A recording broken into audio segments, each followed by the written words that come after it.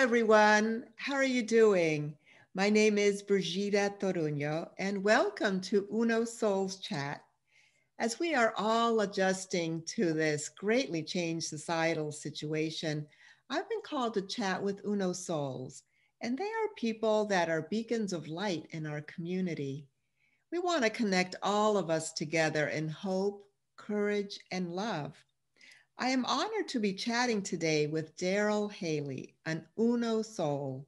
He is the owner and operator of the Darryl Haley Bed and Breakfast, which is located in Luray, Virginia. Welcome, Darryl. Well, how are you? I'm doing really well, thanks. How are you doing? I'm doing absolutely fabulous, and thank you very much for having me here on Uno Soul. Thank you for being with us. I really appreciate it. And I'd love to know, first off, how have you been doing? How you've been coping through this surreal time of our pandemic? Well, first, let me just say my condolences to all the people who have lost loved ones to this pandemic. Yeah. It's been a very strange time. It's a very interesting time. Yes. So I want to say that first. Thank you. That's very kind. Yes. Now, I have been coping absolutely fabulous. Some things you have that come along in life that you have no control over and you cannot change. So therefore, you understand where you are, you understand what your responsibilities are, and you work within those parameters. And I've been having an absolute ball. I've been doing lots of cooking. I've been doing lots of baking. I've been working with chocolates. I've been learning another language. I've been trying to learn how to play guitar. I mean, so it's such a time that you can just stop for a moment and just stop, which is very cool, and do exactly become Uno Soul, really. You know, you become Uno Soul. Yeah, that's a beautiful thing. Yeah, that's wonderful. I love everything that you focused on this year. And I have a little bit of a strange question maybe, but do you consider yourself an introvert or an extrovert? Well, I am probably the most introverted, extroverted person you will ever meet. Okay. I'm very much of an introvert because I'm at peace with myself. I'm at peace with myself. Yeah. And I'd be the first to tell anybody, I love Darryl Haley. You know, I love Darryl Haley. Wonderful. I think my faith has a lot to do with it. I like spending time in quiet time with God. I enjoy just the whole serenity of just being with self, you know. So I don't have that where I'm fighting something. So I'm not trying to prove anything to anybody. So I like being with self. That's the introvert side of it. Yes. On the extrovert side of it, I enjoy sharing with people. I like being around people, and I enjoy hearing their experiences. So that's why I say the most introverted, extroverted person you ever meet.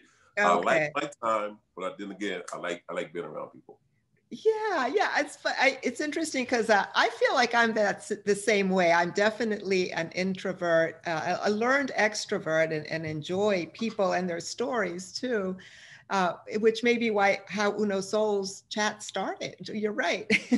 Yeah. But I also found that, you know, during this time of stillness, where like as one collective humanity, we had to go inside and into the stillness. I was somewhat okay with that. You know, I was like, oh, okay, yeah, I can be inside, you know, and get creative, you know. So that's interesting. I think if most people, because we have the time to do it right now, were to stop and just, you know, go within themselves, they will find a really, really cool person. Most people that I've met are incredibly cool, and they actually, but they question so much about themselves. Right. But when you really begin to dig in, man, they are really, really cool and have a lot going on. So That's right. That's right, Darryl. Yeah. Well, thank you for sharing that.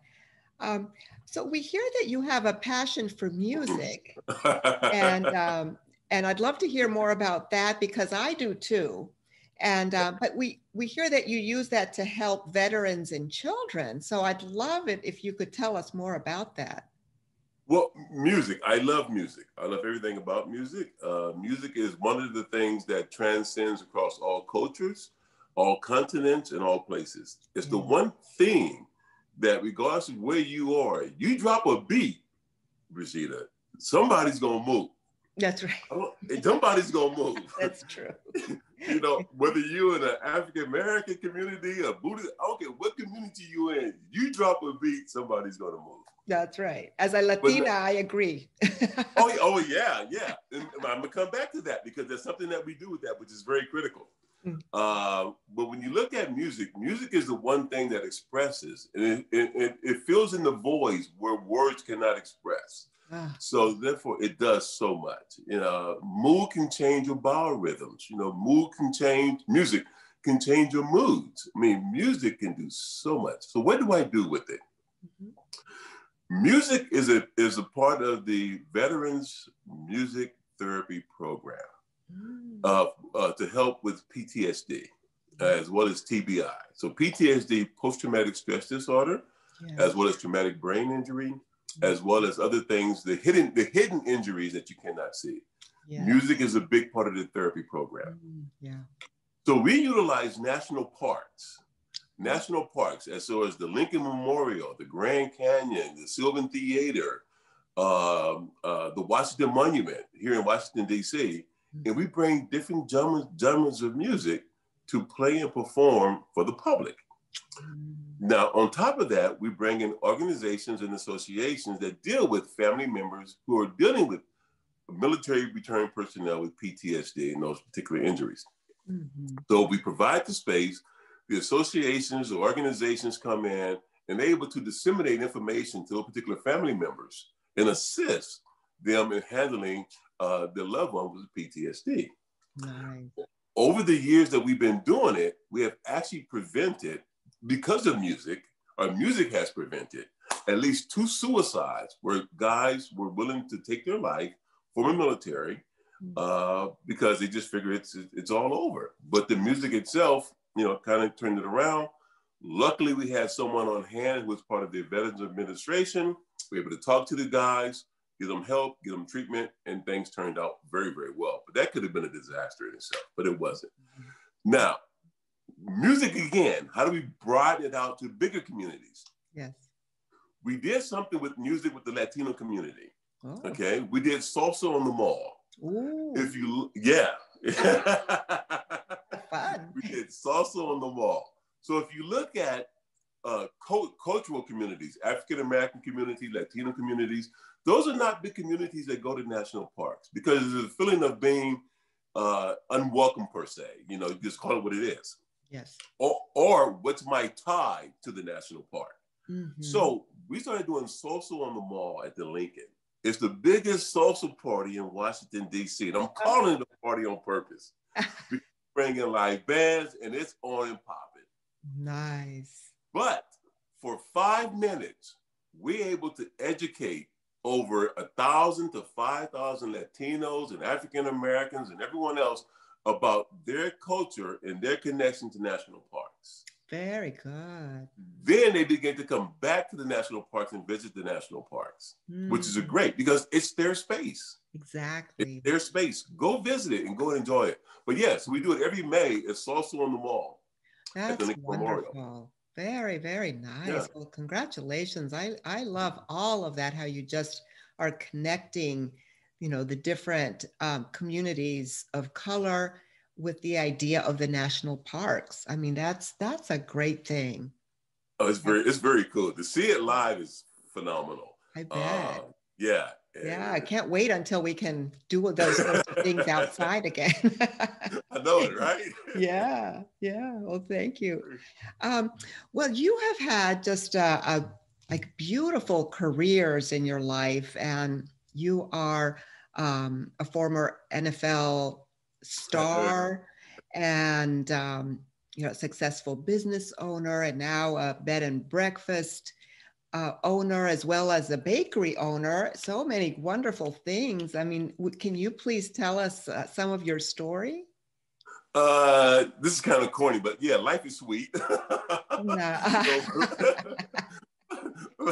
Life is sweet. Yeah, I can actually, and I think this is a great platform to do that. Life has not always been that way. It was never a situation where I don't have a hard luck story. Let me say that now. I don't have a situation where things that just happened that was totally catastrophic. But I was born in South Central LA. I was born in Compton, California. Okay. I was born in a place where, it was high gang violence, it was high drugs, it was high fighting, it was high crime. You name it, it was happening. It was back in the 60s, man. And, you can get shot for just crossing the street at the wrong time or wearing the wrong colors. Yeah, so it was all of that. But what it allowed me to do was to develop a level of respect for all people. Oh, nice. It allowed me to understand the importance of my faith. It allowed me to understand, to have a plan. It allowed me to understand that my only way out of here is through education. It allowed me to understand that I can believe in myself and make my own decisions. I don't have to succumb to peer pressure. It allowed me to understand Darryl. It allowed me to say, hey, this is what I want to do, and then this is what I'm going to do. Because once again, this is, at the end of the day, it is America. And so if I make a plan and go for it, I can. Yeah. Now, that being said, I chose to dive into it. So I graduated from high school at the age of 15. Oh. Because I discovered that teachers needed a syllabus. I didn't need a syllabus. You need the syllabus. So I would read ahead, I would jump ahead and do all of that. And then from high school, obviously played football. Yeah. I got recruited by the University of Utah and other schools, but I chose to go to Utah because it was a small school back then at the time. Okay. And I figured for a 15-year-old, this would be a great place to be. I could handle it and still play. So wonderful that you were thinking about all of that at that age. Well, yeah, it's just, for me, to me, it's not anything unique. It's just willing to say, hey, look, I'm going to go do it. We all have that ability to say, I'm just going to go do it. Yeah. I think a lot of times we're hesitant because we're afraid of this thing they call failure. Well, if you don't do it, you already failed. So go for it. Absolutely. Yeah, great advice. Go for it. Yeah. And then it just goes on and on. I mean, I can, yeah. Anyway, so from there, I go to the University of Utah in Salt Lake City. And once I understood that, hey, they're going to be the ones paying for my education. All I got to do is go to class. I don't have to worry about getting beat up or getting chased. So I did my studies. I got a degree in human kinetics as well as in computer science. And then I got drafted by the Patriots, went to Boston, played there for several years, loved it, and then went to Cleveland and finished my career at Green Bay. Okay. That's wonderful. What an amazing story. Up to there, it's already an amazing story. It was a fun time. Yeah. It was a fun time. Yeah. And so in terms of the NFL career, I was actually, in all honesty, asking my son because he's a huge sports fanatic and, he knows you. And I was like, son, what could I ask about that's NFL? And so, so he's thinking of the ages, right? In terms of the 60s, 70s, playing football. And he said, Mom, there's a big difference. And he's in his 30s now. And he said, there's a big difference. He said, I believe in terms of the safety of the players, yes. Of how they were treated several years ago versus now. I mean, in terms of getting concussions, right? Is that something that that you have seen a difference in? As far as the concussion protocol? Yeah. Yeah, there's a big difference in it now. Back then it was like, did you get a concussion? Uh-huh. And they may hold you out of practice or, something like that. You may hold you out of a game, but, your well-being was important. Mm-hmm. Whereas today, if you get pretty much just a good hit, mm-hmm. You have to go through, through percussion protocol, go get the examinations. So they are trying to take better care of the players for the long-term health of their well-being. Yeah. Good. Yeah. Did you ever get a concussion?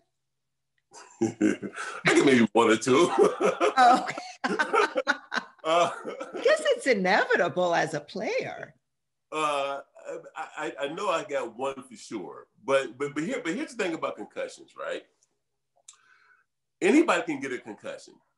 There's more young women who are playing soccer and field hockey who get concussions than guys who are playing football. I see. If you have a kid playing Little League football, they're bound to get a concussion, and here's why. the way that the brain itself sits inside the skull, it sits inside of a fluid. So therefore, you cannot stop it from bouncing around. If a little kid falls and just bump his or her head on the ground, the brain is going to hit the front of the skull, the back of the skull, the side of the skull. It's going to get bruised. You got a concussion. Mm-hmm. So really, there is no way to stop a concussion because you cannot hold the brain in a stable place. Right. All you can do is lessen the impact of one's head trauma. Yeah, that's very insightful. Thank you for that information. Now, I suffered a minor traumatic brain injury or a concussion 2 years ago. I guess that's why, when my son brought that up, I was like, oh, okay, I'll ask him. So 2 years ago, I fell. It wasn't in a very, pretty place. I mean, I was bowling of all things. I slipped and fell backwards, and the second anniversary was just a couple days ago, which is why it's very much on my mind, because there is a little bit of PTSD that happens, right when it's the anniversary of a date like that. But it took me 8 months to recover. I wasn't able to work, I wasn't functioning. It was one of the scariest times in my life. Yeah. No, I mean, a head blow, especially a traumatic head blow, is not something that somebody's going to recover from very quickly. I mean, especially, you're going to have, light sensitivity, your eyes, your head, migraines. So then you begin to ask the question, how does people who play sports recover so fast versus a normal person? Right. Yeah, that's right. That's right. Yeah. And I couldn't imagine being put back into any sort of sports game, a week after that. Yeah. But anyways, but so, well, I'm glad it seems like you recovered from your concussion, whenever that happened. And that's always a blessing to recover. I feel so grateful to have recovered in 8 months, so. Right. Yeah, I have definitely been blessed. Yeah, great. I was wondering, how have you continued to be successful in the bed and breakfast business through this COVID environment? And even a little question before that, how did you get into the bed and breakfast world? How did I get into it? Yeah. The bed and breakfast world has always been very fascinating to me, on one side. Mm-hmm. The other side, as I said earlier, probably the most introverted, extroverted person you're ever going to meet. So therefore, the bed and breakfast is definitely an extroverted type of business. Mm-hmm. And I like people again. And so back in the early days, I've been doing it for 20 years. Oh. You meet some really, really cool, fun, fascinating people. Yeah. And you have an opportunity to sit, and you serve them breakfast and you have breakfast. But some of the most enjoyable times about it has always been the fact that I cook breakfast for people. Ah. And so, on my website or things however I promote it, I never promoted it as, a Darryl Haley former player. So therefore, people come in and they're expecting somebody else to be fixing breakfast. And here you are the one fixing breakfast. Yeah. And so every now and then you get somebody who actually knows, like, hey, this guy's actually fixing my breakfast. That's a lot of fun. That's great. But Luray itself is where it's located. It's a beautiful town. Mm-hmm. It's right next to the Shenandoah National Park. It's a lot of fun. You can swim, bike, hike, fish, camp. There's a lot going on here. And that's why I chose this particular area. Mm-hmm. But the bed and breakfast industry has been very, very good. And then on the other side of it is that, it works well as far as with, investing, Mm-hmm. So it's a beautiful property. It's taking care of itself. I've met some really, really fun people. And then as far as the pandemic itself, I do lots of things still through Zoom or through the internet. Yeah. I teach some classes. I've taught classes. What types of classes? Oh, chocolate beer. Oh yeah. And Valentine's Day is coming up. Yeah. Do you have a class coming up? No, unfortunately, I do not. We're trying to get production out of the door so people can enjoy it. Yeah. Baking classes and things of that nature. So nice. Yeah. We'll have to follow your website on your Facebook page so that we can find out about your classes. That would be fun. Oh yeah, it's an absolute blast. And I would say for most people, in order to survive, I know for myself, when the pandemic first hit, I knew I was going to close the bed and breakfast without a doubt. And right now, I'm even contemplating if I'm going to open it up in 2021. But there's special projects or events that I would do. And so you begin to ask yourself why sometimes, why do I do what I do? What's my biggest purpose? What's my bigger purpose? Because I have been very blessed. And you find out that answer to that why is to give back. Nice. And so you look for ways to give back to your community, look for ways to give back to other communities, look for ways to give back to situations that are going to help other people. Right. So we would do bake sales and fundraisers. We do chocolate sales and fundraisers. And so in the way it works, we would talk to whomever, maybe even Uno Sol, and say, hey, look, this is what we're going to do. We're going to bake it. We're going to ship it. And people just order it and then we ship it out. That's been one way we've been able to sustain, our revenue and things of that nature. Yeah. Great. That's wonderful. Yeah. What a beautiful thing you're doing for the community to give back is, to me, that's everything. It's everything. Yeah, I mean, we're I think everybody right now is struggling with certain things. It's a very tough time right now, and I think we have to come together as a community, come together as a country, because we're a very strong, resilient country. Come together regardless of your race, color, creed, religious, background, but work together. And I think working together is the one thing that's going to get us through it. But on a more smaller scope, it all starts with yourself. Yeah, you're right. And Darryl, speaking of that, here at Uno Souls, we've designated the month of February as Social Equity Month. And it's important to us that we center the ideals of social equity in our everyday lives, just like what you're saying. And we all come from different backgrounds and levels of privilege. And what we found to be helpful is using your voice to speak up for others or to extend a hand behind you and lift up others, which is exactly what you're doing and such a beautiful thing. And so we're interested to hear your thoughts about any experience or maybe a social justice leader that you admire or anything that you'd like to talk about. I would just say this, I think when it comes to what has been going on, not just today, it's been going on for years, as I said it, I said it earlier, I originally grew up in Los Angeles, South Central LA in Compton. So what's happening today was going on back in the 60s, but That's right. you had rap groups talking about it all over the country, but they was calling it gangster rap and people were not hearing it.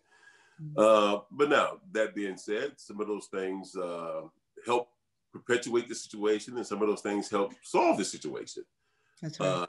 I know in my case, the sheriff's department got involved with athletics and education in our community. So they established baseball teams and football teams and study halls and things of that nature. So now the residents of the community get to know the law enforcement. So instead of like, hey, there's another guy who committed a crime or there's a cop who's looking to do some harm, there's Officer so-and-so, the name of them by their name, and then here's Darryl Haley. So you begin to bridge that gap and you begin to humanize the badge and begin to humanize the person. And that made a very, very big difference. But if you want to fast forward today, what we're dealing with, I think there's two major things going on. Yes, you have social justice issues, but you also have economic inequality, and you begin to ask yourself which one drives which. So until we begin to address the bigger picture of social economic inequality, I think this thing is going to keep moving for a minute. Some things just have to change. People want opportunities, and they're trained for opportunities and they're prepared for opportunities. But until we solve the gap or diminish the gap of economic inequality, it's going to be an interesting situation, interesting road. Yeah, that's right. Yeah, thank you very much for your insight. It's very valuable, and I do feel like each one of us, we have to do our part to keep getting the message out, using our voices and having this move forward. There's a quote from Benjamin Franklin that he said, "Justice will not be served until those who are unaffected are as outraged as those who are." Right. And that quote, I mean, it still applies today, that each one of us, we have to be outraged. It doesn't matter our race, or our color, or anything. I mean, each one of us has to do our part. Right. I mean, you can take, believe me, social justice and racism is at the forefront. Yes. But you can take something as simple, not simple as, because that's not giving it its due, but something as serious as just hunger, child hunger. Yes. Unless your child is hungry, you're not sensitive to child hunger in most cases. So to your point, until we all feel the fact that all kids need to eat, that's right. we don't give it that much due. And I think that needs to have a little bit of reexamination. Yeah, you're right. You're right. Well, thank you so much for your thoughts, and really appreciate that. And Darryl, to switch off a little bit back to your bakery, I hear that you are quite an artist too. And so do you have any samples that you can show us of some of the work that you do in your bakery? I do have a couple.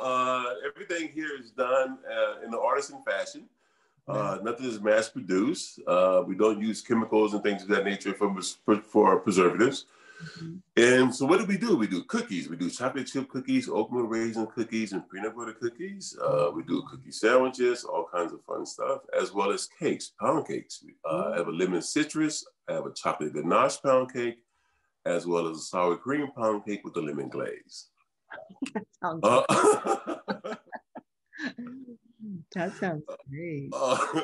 All those things are made to order. And then there's some fun things that we do with those even. They could be like small bundt cakes. We put all kinds of good things in them, pralines and hazelnut paste and things of that nature that we will make. But now what we're working on, because Valentine's is so close and then Easter's right around the corner, is chocolates. So we're doing milk chocolate, dark chocolate, white chocolate, doing chocolate ganache, milk chocolate ganache, white chocolate ganache. There's chocolate everywhere. There's chocolate. You're speaking my language. There's chocolate and cocoa butter all over the place, Wow, wonderful. And so all the different molds are hand painted, which is very, very cool. Kind of put a little bit of artistry into them. So therefore, there's some really attractive colors, some really fun colors that I like to utilize. I do all the painting, and it's hand painted with a brush. We use, brush. We use toothpicks. We use airbrushes and things of that nature. And so this morning, even I did two that are going to be going out on Monday, which is kind of fun. And I can show them to you. Yes, please. Thank you. So one, which is kind of more of an abstract type piece, is this one here. It has a white backing, and then I use a yellow and a green. So it's like a splash technique, which is kind of fun. It's really a lot of fun to play with. Can you put it closer to the camera? Oh my gosh, that looks wonderful. Oh, wow. But I want to put it on my wall. I don't want to eat it. Well, it's funny. It's funny you say that, Brigitta, because I take pictures of each one and have actually made postcards out of them. And in some cases have actually made pictures out of them. Oh, very nice. I can see that. And people actually, buy them and hang them. But what I do with the proceeds go back into the community for those particular pieces, which is a lot of fun. Yeah. And then this one that I did this morning is a cocoa pot. This is a cocoa pot. So that was a lot of fun this morning. Very nice. And this was an airbrush technique that I utilized, as well as with believe it or not, a toothbrush. Okay. So you can take a toothbrush and do some really fun things with it. So that one was a lot of fun. What a creative outlet. Yeah, it's really, really cool. And so between now and Monday, we would do probably 1,500 pieces to get them out the door, and they'll be shipped out Tuesday morning. Get ready for Valentine's Day.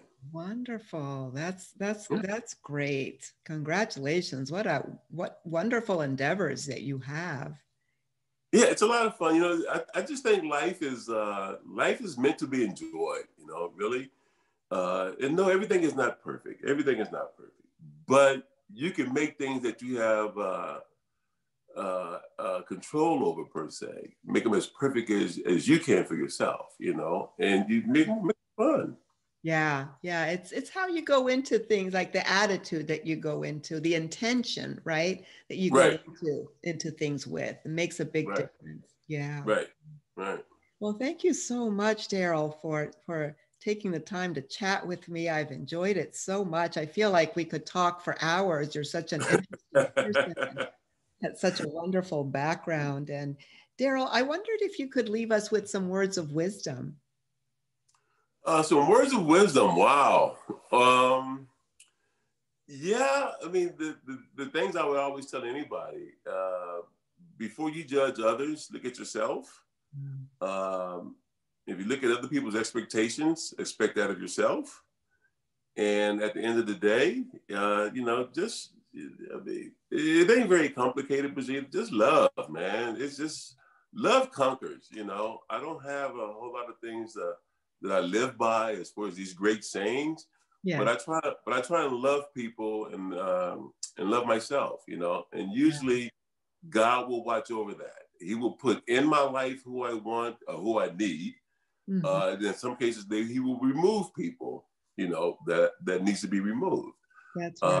As long as I have a pure heart, and live the life that he wants me to. Yeah. Oh, that's wonderful. Beautiful words. Very much so. I love everything that you said. It is all about love. And this is a time to be gentle with ourselves. And it's a powerful time to love each other and to unite and to strive to live in peace. And so again, thank you so much for joining me, Darryl, and I honor the light in you. Well, thank you for having me. It was a pleasure speaking with you. Thank you so much. Thank you so much for listening to Uno Souls Chat. You can find us at www.unosouls.com and on Facebook, Instagram, and Twitter. I would love to hear from you if you would like to chat with me. Have a beautiful week and see you at the next episode.